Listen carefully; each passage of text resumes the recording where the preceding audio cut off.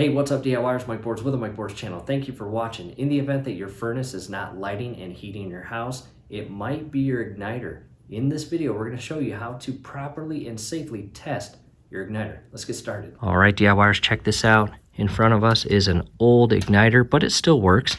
And take a look at this thing. You've got an electrical wire that feeds into the bottom portion here. And this little tab here is what secures the igniter to the bracket or mount inside the furnace. And then you've got your ignition or igniter lead. And this is what heats up and glows inside your furnace to create that ignition. And once this hits a certain temperature, as the gas passes over it, this lead ignites the gas and ignites the flames inside your furnace, thus creating that heat. However, unfortunately, like anything else, these igniters can fail. Whether it is the lead over the years, believe it or not, when this was brand new, it was probably 1/8 of an inch or 1/4 inch taller. And as the years go by and this heats up, believe it or not, this lead begins to fade away and get smaller. In addition, you've got the electrical wiring inside where it connects to the electrical component, and that fails as well. What I want you to do, grab your voltmeter and go to ohms. We want to check the life of your igniter. You've got positive and negative, and those are going to go inside the connection to test basically the heartbeat of your igniter. At this point, I've got the positive and negative leads of our voltmeter connected to the inner leads of our igniter, and on ohms, which is that little icon right there that kind of looks like a horseshoe, we have a heartbeat, and that is measured in ohms. In the event that yours still shows the number 1, that means you basically do not have a heartbeat and you have a failed igniter. So when I release these, as you can see here, it goes all the way to 1. So that is how you test your igniter. What I want to show you now is our igniter on the actual furnace, and we'll test that. Step 1, safety first. Go ahead and turn off your wall-mounted thermostat. Down to our furnace room, and here is our furnace. We have a Bryant brand, got our workstation set up, got the voltmeter in place. You've got an electrical switch. Make sure you turn that off. We have a long screw that secures this panel to our furnace. We are going to loosen that up and pull this entire panel up and off. Set that aside, as shown here. And now we have access to a lot of the internal parts, not all, but a lot of them, to our furnace. And this electrical wire here is the connection point. Feeds all the way in. You'll see the bottom portion of our igniter. Here's where it secures itself to the bracket and furnace. And on the top hand side, see a little tab way back right there? That is your igniter that heats up and glows, and as gas passes over it, it will ignite the flames, thus igniting all of these burners. So what we'll do now is carefully shift this wire connection out of being tucked away back there, and I will carefully grab both plastic ends with each hand and wiggle it loose and separate these two connection points. Be patient and careful. Again, just carefully wiggle those two apart. Once those two are apart, grab your voltmeter and put it back to ohms, as shown here.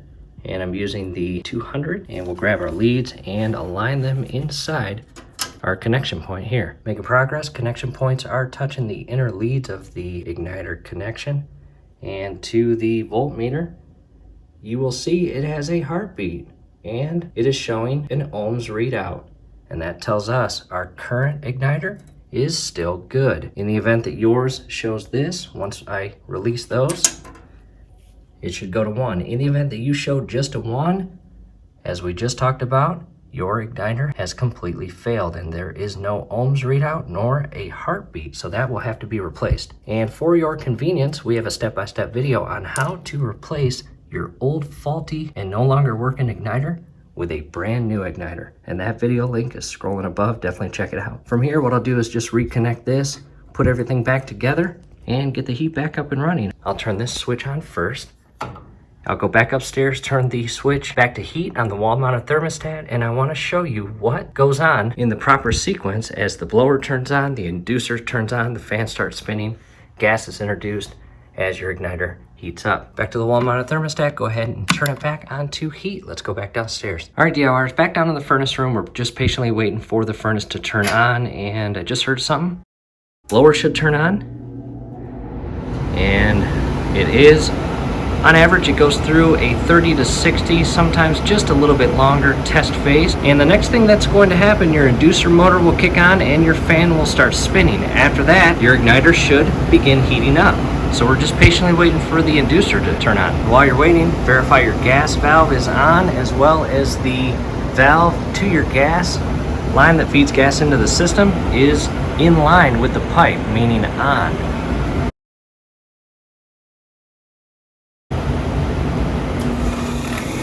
And the inducer just turned on, the fan is spinning. The very next thing you should see within the next 30 seconds is that little tab of your igniter heat up. And if it does not, again, you have a failed igniter. As that heats up, it is going to get to a certain temperature, see that? And at this point, the gas is going to be introduced to the system, and it will light once that igniter tip reaches the proper temperature. And all your burner tubes will ignite, providing heat, as shown right there. And that is how your system is supposed to work. Again, you can see that igniter tip still inside the flame, but the glowing has diminished, and your system is up and running. And now heat is being pushed throughout your entire ducting and warming your house. Hopefully this helps, DIYers. Hey, do us a favor. Below the video, you'll see that thumbs up icon. Click on that, like the video, subscribe to the channel. Definitely ring your YouTube bell. That would be very helpful to us. We would really appreciate it. Thanks again for watching, and we may see you at the next video.